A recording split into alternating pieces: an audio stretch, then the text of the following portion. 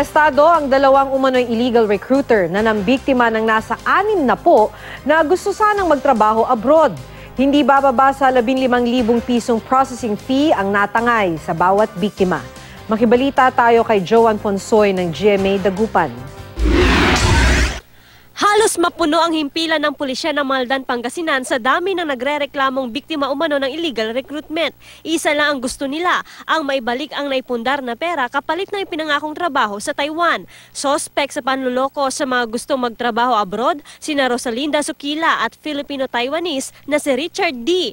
Naaresto sila sa isang operasyon ng pulisya sa Santa Cruz, Manila.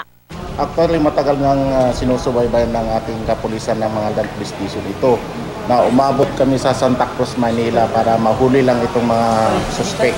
Mula pa sa Tuba, Benguet, si Ricky, hindi niya tunay na pangalan. 15,000 piso raw ang ibinayad niya kay Sukila para sa processing fee. Direct hire tayo, mapapaalis ka agad-agad. Yun ang sinabi niya. Noong February, nagtataka kami bakit wala pa, ang tagal-tagal. Inutang lang din ni alias Jason ang 25,000 pisong ibinayad sa mga sospek sa pag-aakalang makakapagtrabaho na siya bilang factory worker sa Taiwan. Baka singilin na nga ako, wala akong pambayad. Tapos sabi, susunod processing na. Tapos mag-prepare ng 25,000. Walang sinabing agency. Sa kabuuan, aabot sa mahigit 60 biktima umano ng illegal recruitment ang nagtungo sa pulisya. Hindi bababa sa 15,000 piso ang nakuha raw ng mga sospek sa bawat biktima.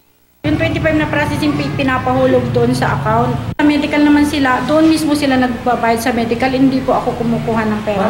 Bali, nabili na po ng job order pero hindi nga natuloy sa amin, pero pwede namin i-refund. Nagtungo na rin sa Maldan Police Station ang kinatawan ng Employment Services Office para matulungan ang mga biktima. Joan Ponsoy, Nagbabalita, Pilipinas.